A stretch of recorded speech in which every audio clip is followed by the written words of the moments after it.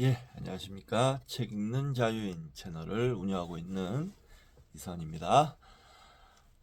오늘 2026년 1월 26일, 지금 시각은 오후 12시 7분입니다.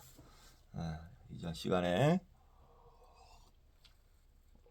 이반 일리치의 죽음 오디오북 챕터 8까지 했고요. 이번 시간 이제 마지막 시간, 이반 일리치의 죽음 오디오북 마지막 시간입니다. 챕터 9 시작하겠습니다. 아내는 밤늦게야 돌아왔다. 발꿈치를 들고 살금살금 들어왔지만 그는 아내의 발소리를 듣고 눈을 떴다 서둘러 다시 감아버렸다. 아내는 남편을 간호하는 게라심을 내보내고 자기가 남편 곁에 있고 싶어 했지만 그는 눈을 뜨고 말했다. 아니야, 가서 자. 많이 아프세요? 항상 똑같지 뭐. 아편을 좀 드세요. 그는 동의하고 아편을 조금 먹었다. 아내는 방에서 나갔다.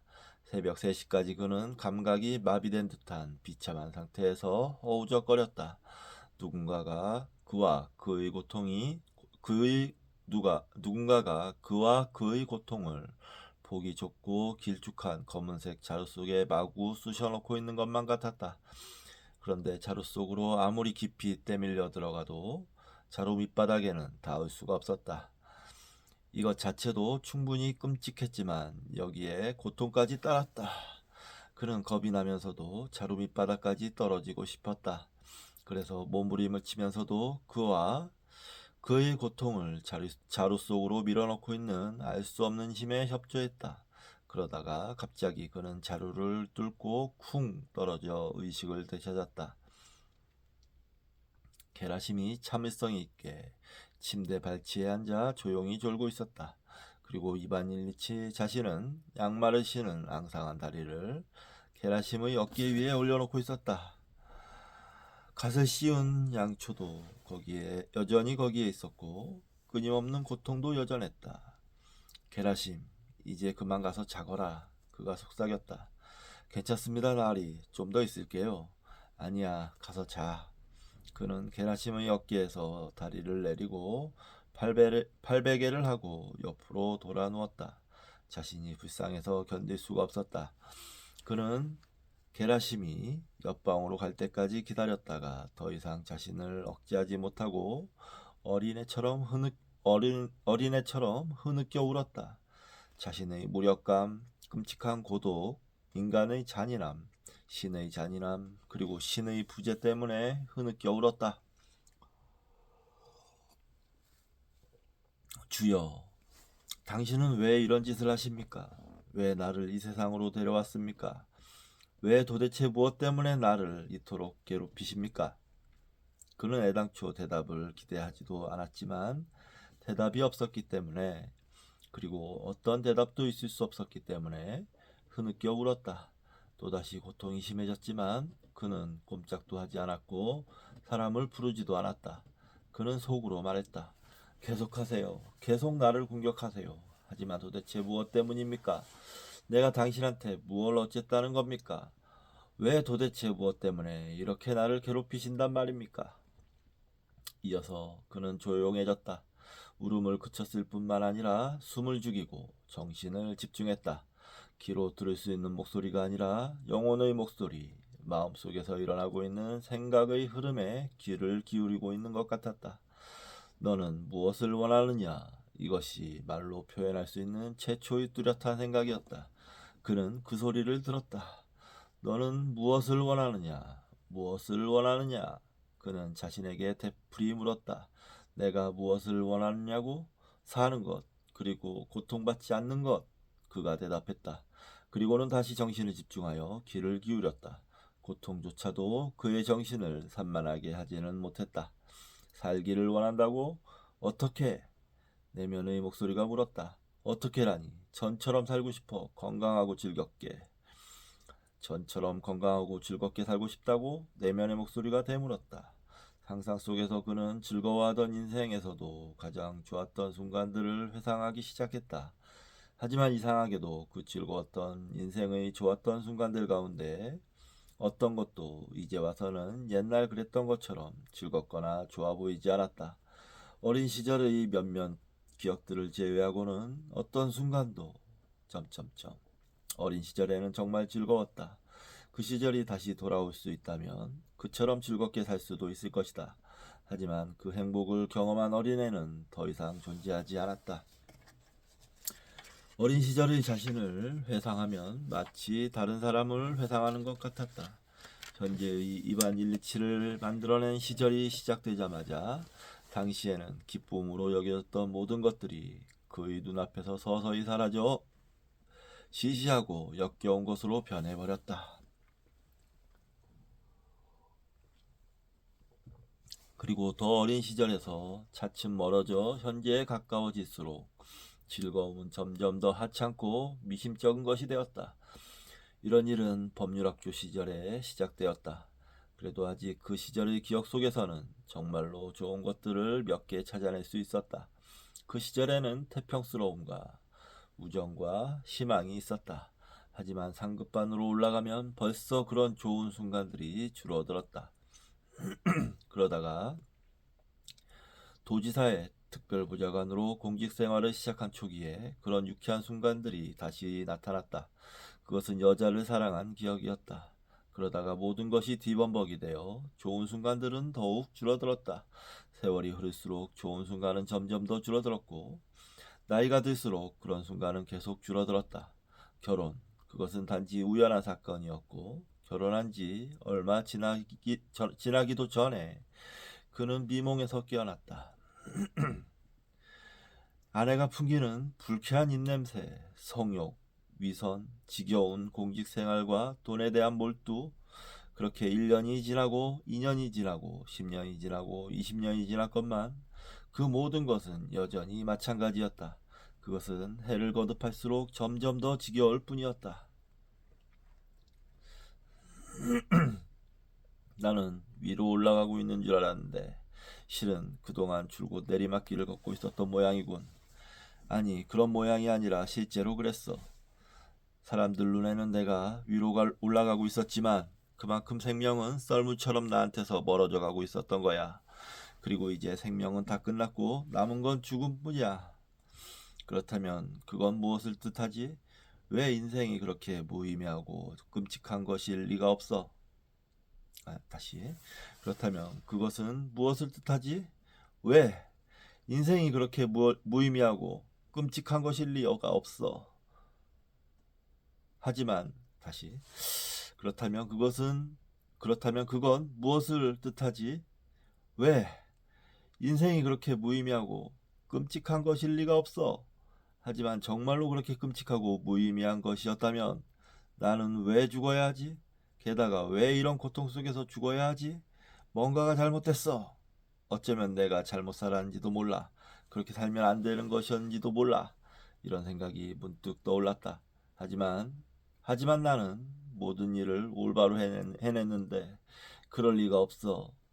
그는 이렇게 대답하고 그런 생각을 당장 마음에서 몰아냈다. 이것은 삶과 죽음의 그 모든 수수께끼에 대한 유일한 해답이었지만 그는 그것을 도저히 믿기 어려운 해답이라고 생각하여 물리쳐 버렸다. 그럼 넌 이제 무엇을 원하지? 사는 것? 어떻게 사는 것? 법정에서 정리가 재판장님께서 나오십니다 하고 선언할 때처럼 사는 것? 재판장님이 나오신다. 재판장님이. 그는 속으로 되풀이했다. 재판장님이 나를 심판하러 오셨어. 하지만 나는 죄가 없어. 그는 화가 나서 외쳤다. 그런데 무엇 때문에 내가 심판을 받아야 하지? 그는 울음을 그치고 벽 쪽으로 돌아 누워 같은 질문을 곰곰이 생각했다. 왜 이렇게 두려운 것일까? 이 소름 끼치는 공포는 왜? 그리고 무슨 목적으로 존재하는 것일까? 하지만 아무리 생각해도 해답을 찾을 수가 없었다.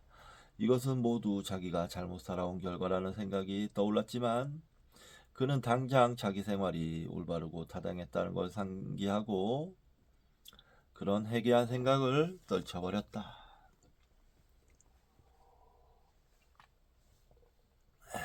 여기까지 챕터 9였습니다. 챕터 10. 다시 2주일이 지났다. 이반 일리치는 이제 잠시도 소파를 떠나지 않았다. 침대에는 누우려 하지 않고 소파에 누워서 거의 온종일 벽만 바라보고 있었다. 여전히 끊임없는 고통에 시달렸고 고독 속에서 항상 깊은 상념에 잠겨 있었다. 그가 그토록 골똘히 생각하는 문제는 여전히 해결할 수 없는 바로 그 의문이었다. 이건 무엇인가?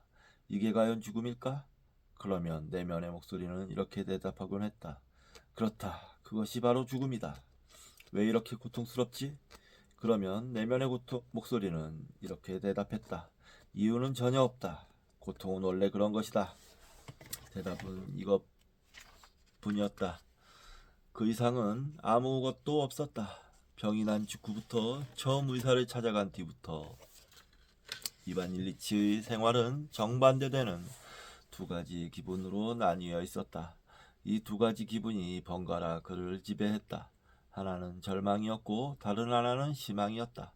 절망 속에서 그는 불가해하고 무시무시한 죽음을 기다렸지만 다음 순간에는 희망을 품고 신체기관의 기능을 열심히 흥미롭게 관찰했다. 그럴 때면 그의 눈앞에는 주어진 의무를 일시적으로 회피한 신장이나 맹장밖에 보이지 않지만 다음 순간에는 불가해하고 무서운 죽음, 피할 수 없는 죽음만이 눈앞에 다가와 있을 뿐이었다.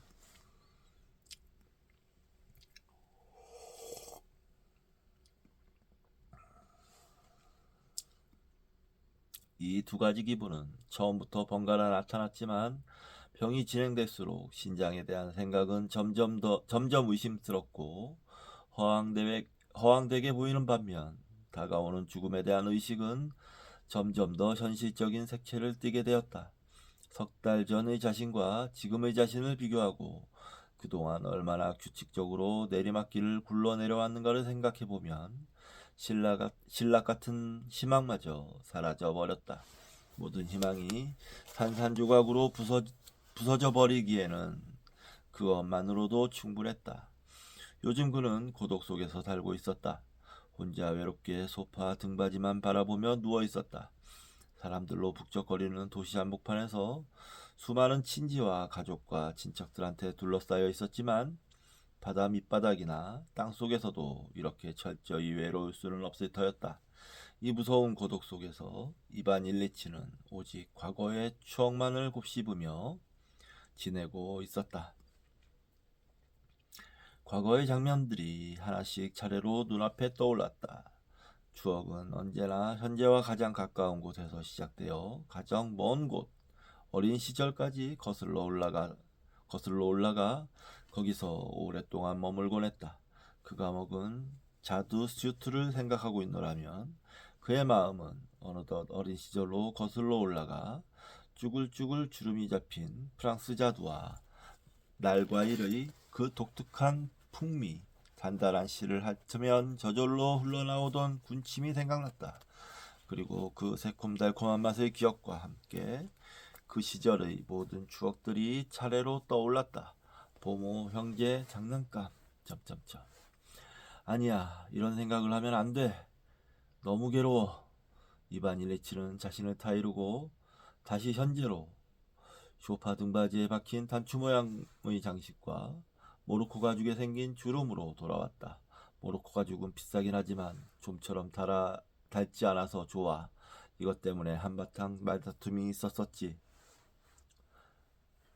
우리가 어렸을 때 아버지의 서류 가방을 찢었다가 벌을 받던 그때는 말다툼의 종류도 달랐고 모로코 가죽의 종류도 달랐어. 우리가 벌을 받으면 엄마는 파일을 갖다 주면서 점점점. 또다시 그의 생각은 어린 시절을 맴돌았고 어린 시절을 생각하자 또다시 고통스러웠다. 그는 추억을 떨쳐버리고 다른 것을 생각하려고 애썼다. 그러자 그 기억과 함께 또 다른 기억이 마음을 스쳤다. 병이 어떻게 진행되었고 어떻게 악화되었는가에 대한 기억이었다. 과거로 더 멀리 거슬러 올라갈수록 거기에는 더 많은 삶이 있었다. 생활에서 즐거운 일도 더 많았고 생기 자체도 더 많았다. 삶과 생기가 한데 뒤섞였었다.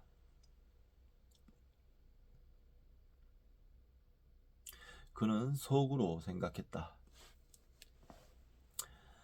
통증이 계속해서 심해졌듯이 내 인생도 점점 나빠졌어.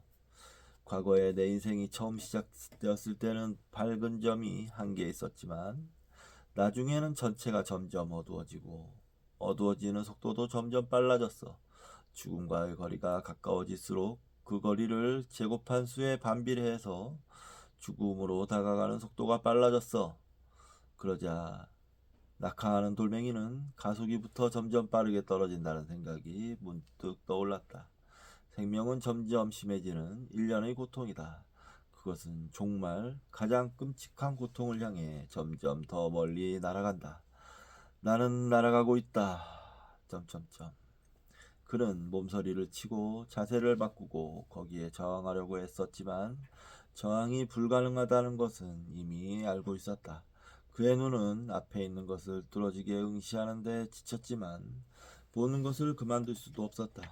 그는 피곤한 눈으로 다시 소파 등받이를 응시하면서 기다렸다. 허공을 날아가고 있는 그의 생명이 아래로 떨어지기를, 커다란 충격과 함께 밑바닥에 닿기를, 그리고 산산이 부서지기를 기다렸다. 저항은 불가능해. 그는 자신에게 말했다. 이렇게 된 게 다 무엇 때문인지 그것만이라도 알 수 있으면 좋겠는데, 하지만 그것도 역시 불가능해. 내가 잘못 살았다고 말할 수 있다면 내가 이렇게 죽는 이유를 설명할 수 있겠지. 하지만 내가 잘못 살았다고는 결코 말할 수 없어. 그는 법을 지키고 품행이 방정하고 예의 바르던 자신의 인생을 생각했다. 어쨌든 그런 말은 절대 받아들일 수 없어. 그는 입가에 미소를 머금었다. 누군가가 그 미소를 보았다면 그 웃음에 속아 넘어갔을지도 모른다. 설명할 방법이 없어. 고통, 죽음, 점점점. 도대체 이유가 무엇이란 말인가?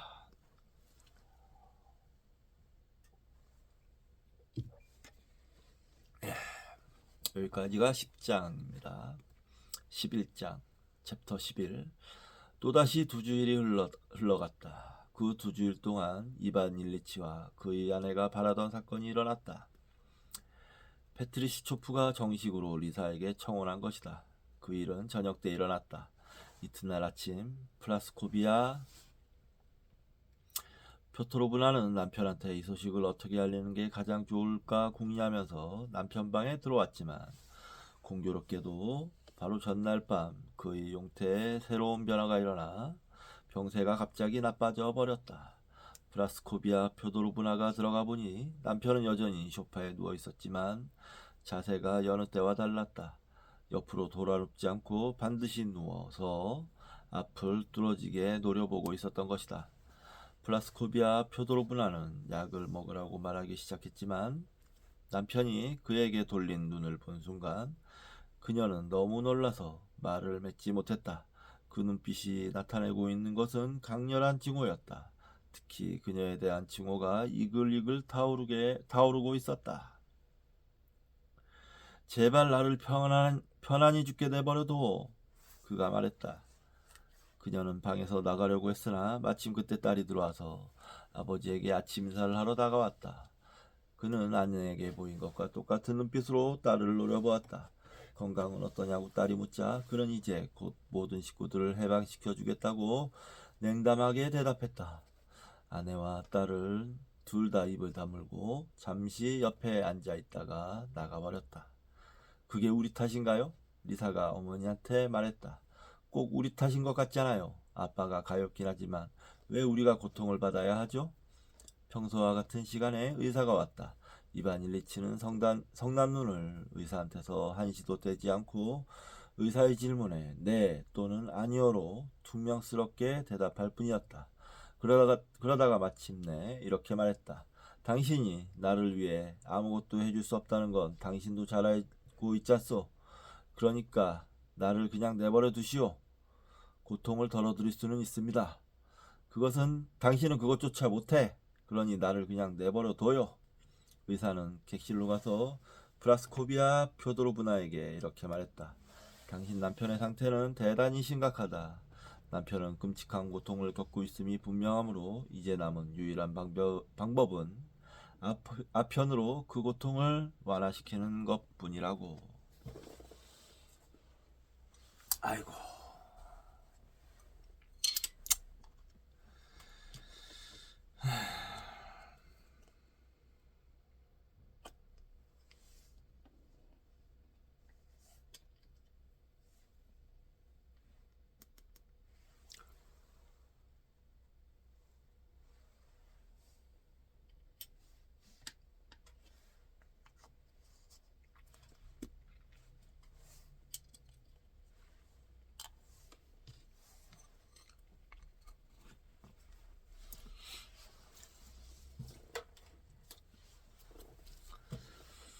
의사 말대로 이반 일리치의 육체적 고통이 끔찍한 것은 사실이었지만 유체적 고통보다 더 심한 것은 정신적 고통이었다. 아니, 실제로는 이것이 그의 주된 고통이었다. 그의 정신적 고통이 더욱 심해진 것은 간밤에 게라심의 졸린 얼굴, 가로 열고 광대뼈가 유난히 튀어나오고 선량해 보이는 얼굴, 가로 닫고 졸린 얼굴을 바라보고 있을 때 문득 이런 의문이 머리에 떠올랐기 때문이다. 내 인생 전체가 정말로 잘못되었다면 어떡하지? 전에는 도저히 있을 수 없다고 생각되던 일, 즉 자기가 인생을 잘못 살았다는 생각이 결국 옳을지도 모른다는 의구심이 들었던 것이다.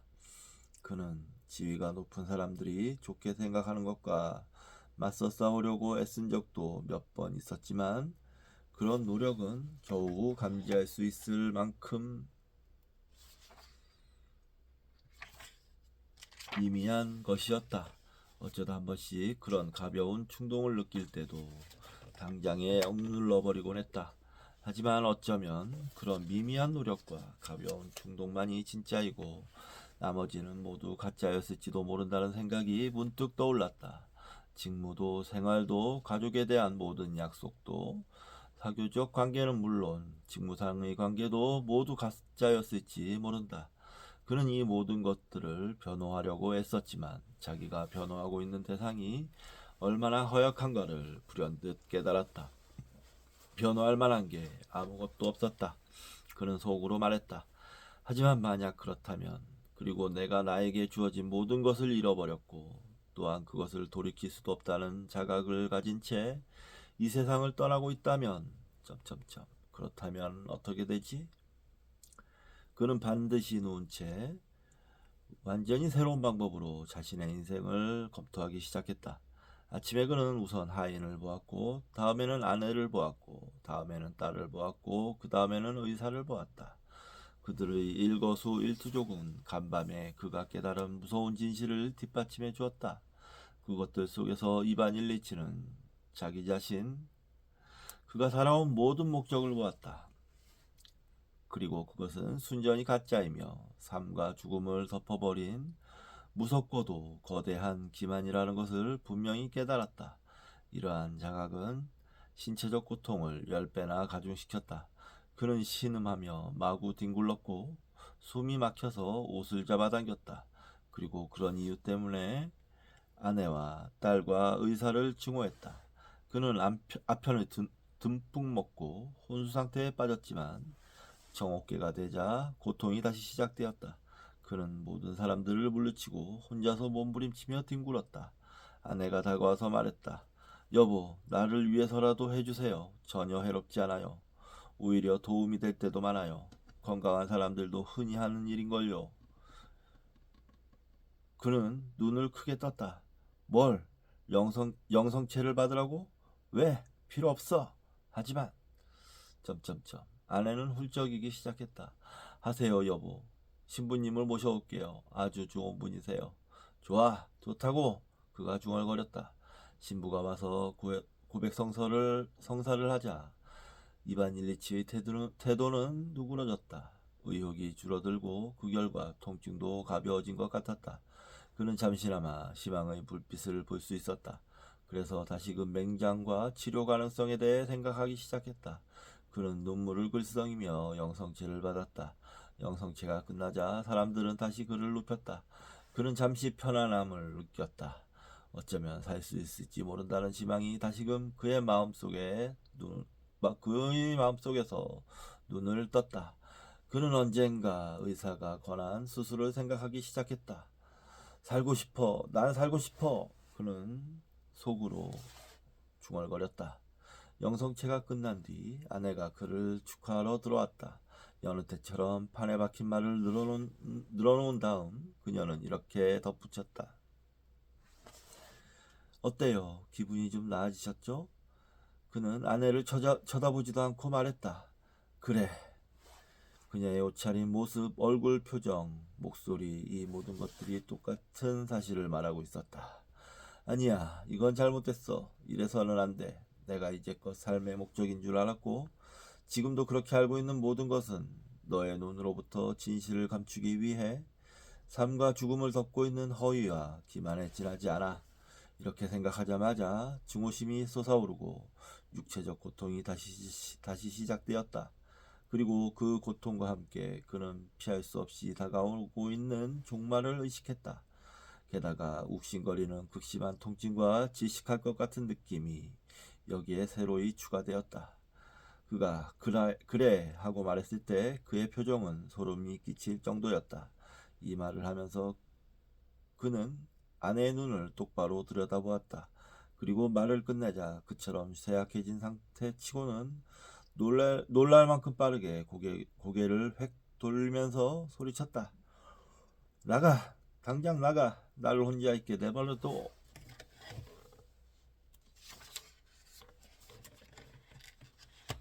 여기까지가 챕터 11, 챕터 12 마지막 챕터입니다.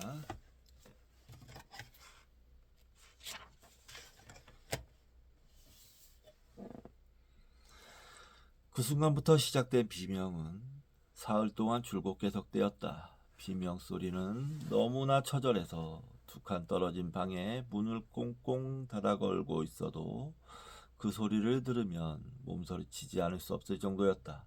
아내의 질문에 대답한 순간 그는 자기가 길을 잃었다는 것, 이제 와서는 되돌아갈 수도 없다는 것, 종말이 이미 다가왔다는 것, 의욕은 아직도 풀리지 않고 여전히 의욕으로 남아있다는 사실을 깨달았다.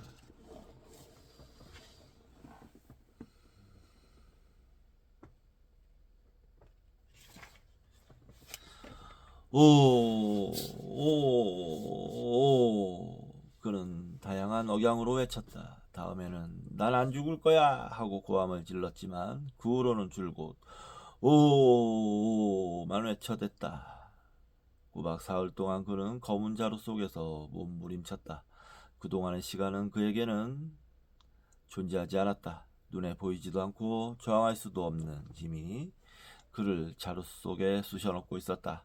그는 아무리 발버둥쳐 봤자 살아날 수 없다는 것을 잘 알면서도 망나니의 소나기에서 몸부림치는 사형수처럼 기를 쓰고 몸부림쳤다. 그리고 그는 그토록 기를 쓰는 데도 그 무서운 것에 점점 가까이 끌려가고 있다는 것을 순간순간마다 느꼈다.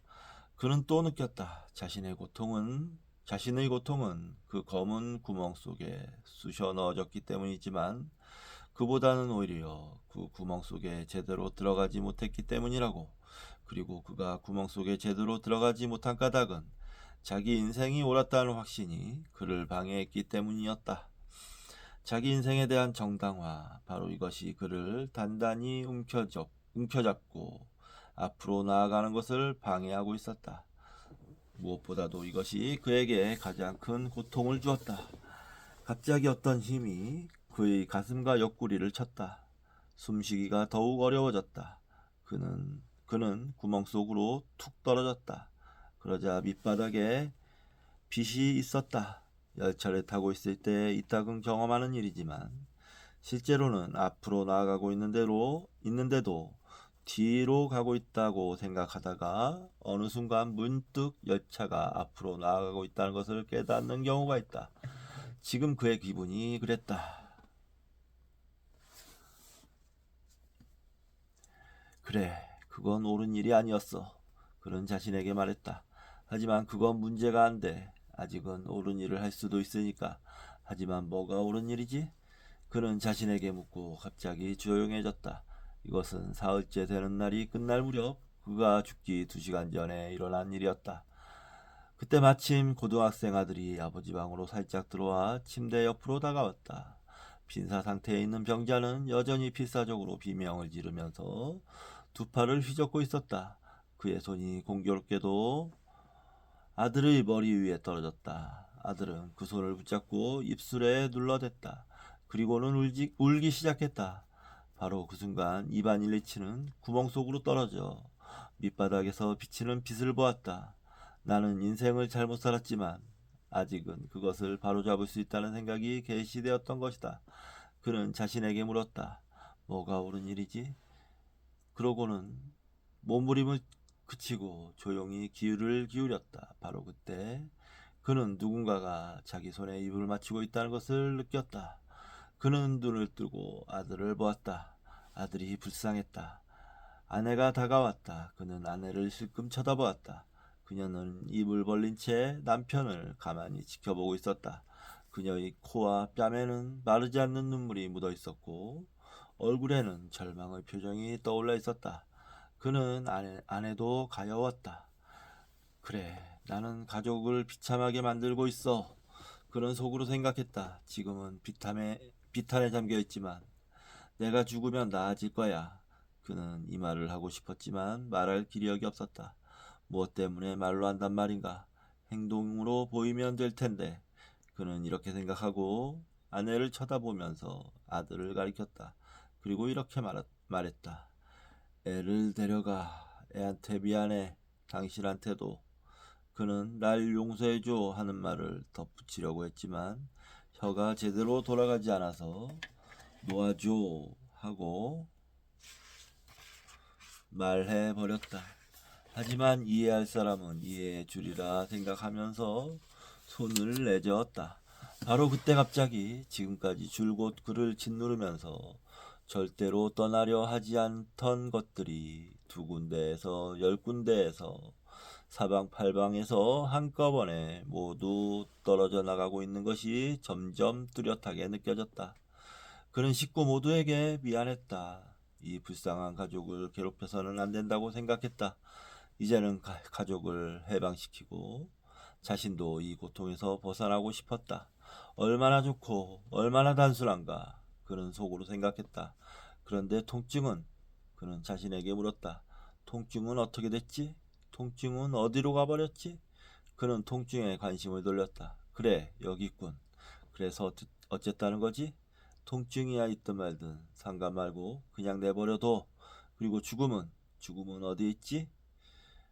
그는 죽음에 대한 두려움을 찾았지만 이미 익숙해진 두려움은 어디에도 없었다. 죽음은 어디 있지? 무슨 죽음? 죽음이 없으니까 두려움도 없었다. 죽음 대신 그 자리에는 빛이 있었다.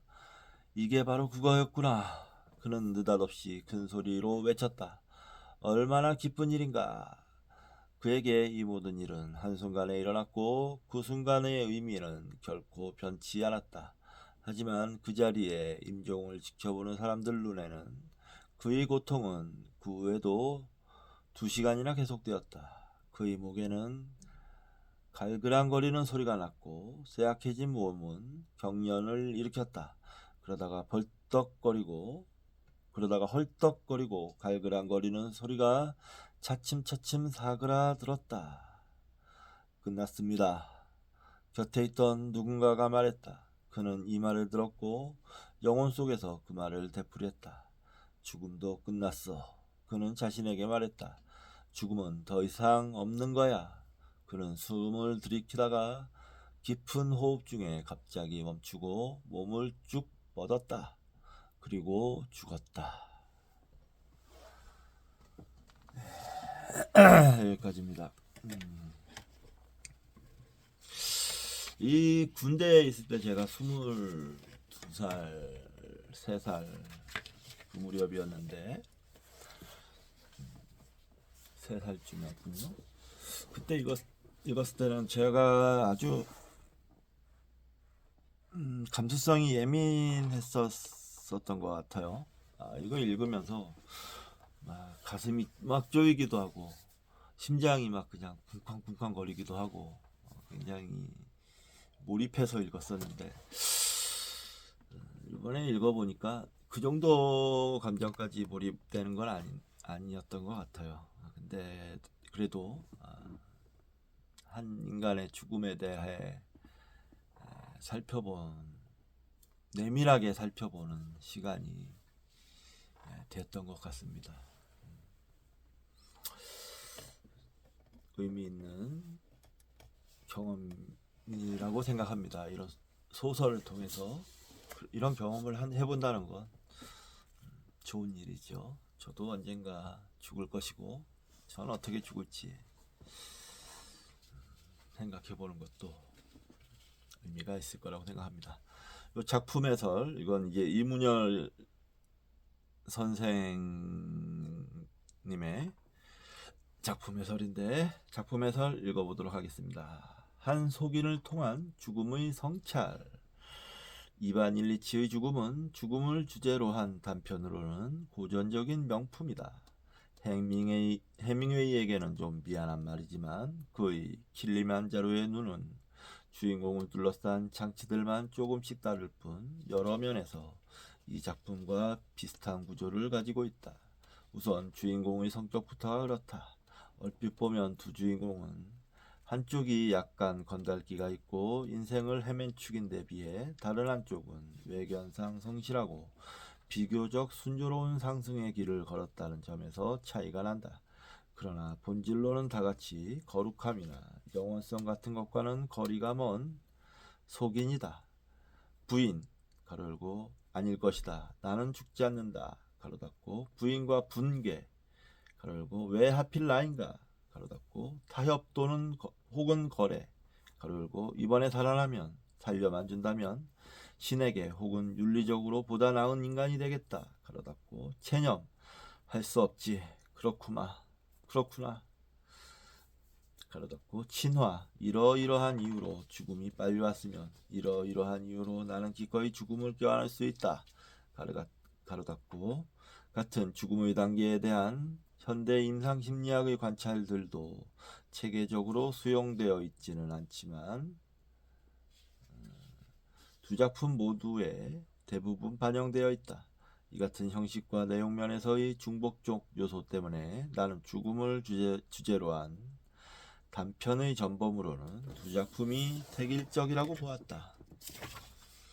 하지만 선택은 쉽지 않았다. 감각적으로는 킬리만자로의 눈이 현대의 독자에게 더 가깝지만 죽음에 대한 성찰의 깊이는 이반 일리치의 죽음 쪽이 더한 듯 느껴졌다. 주인공의 삶을 서술하는 방식도 하나는 입체적이고 생생한 대신 진지함이 모자랐고 다른 하나는 평면적이고 지리한 대신 꼼꼼하고 성실한 산문정신이 돋보였다. 망설임 끝에 두 작품 모두 신는다. 독자도 두 작품을 비교하며 읽어보면 재미있을 것이다. 이반 일리치의 죽음은 워낙 오래되고 널리 읽힌 것이라 새삼스런 작품 해설은 보태지 않는다. 작가 톨스토이는 도에프스키와 더불어 러시아 문학의 양대 거봉일 뿐만 아니라 세계의 정신사에도 많은 영향을 끼친 작가다. 거기다가 80세의 고령을 누리면서 남긴 문화적 유산과 일화도 많아 짧게 그를 요약하기는 불가능하다. 톨스토이에 관해 알고 싶으면 역시 따로이 시간을 내기를 권하고 싶다. 예, 잘 읽었습니다. 오빠.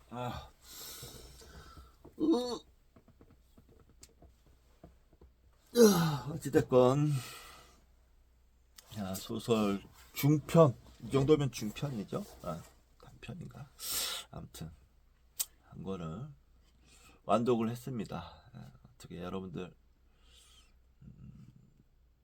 좋은 시간이 됐는지 모르겠습니다. 다음번에 또 이제 또 다른 작품들을 읽어볼 텐데요. 이 책이거든요. 이문열의 세계문학산책 죽음의 미화 이 책인데 나라야마 부시코라고 있어요. 그 책을 저는 그 작품을 참 인상 깊고 재밌게 읽었었더랬습니다. 그래서 이반 일리치의 죽음을 읽을까 나라야마 부시코를 읽을까 조금 고민을 하다가 그래도 톨스토이 이반 일리치의 죽음 그 얼마 전에 그 카페에 가서 봤던 그 기억도 있고 해가지고 골랐는데 다음번에는 뭐 나라야마 부시코도 언젠가 읽어볼 날이 있을 겁니다. 자, 이번 시간 여기서 마치도록 하겠습니다. 감사합니다.